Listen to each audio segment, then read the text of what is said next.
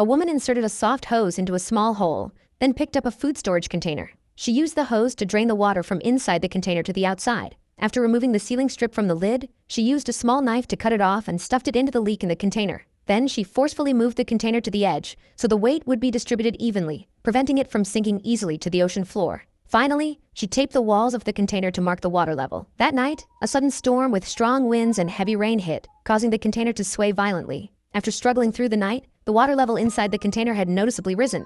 If no action was taken, the container would eventually sink. It was then that Mia noticed the electric drill nearby and came up with an idea. She decided to use the drill to make a hole in the top of the container to access the outside. However, just as she was about to succeed, the drill suddenly ran out of power. With no other options, Mia had to use a small knife to slowly cut through the ceiling. Just as she succeeded, the blade snapped. Mia didn't give up. She found a safety belt, stuffed it into the gap, and sat on the wooden crate, pulling it with all her strength. She finally managed to create a skylight in the container.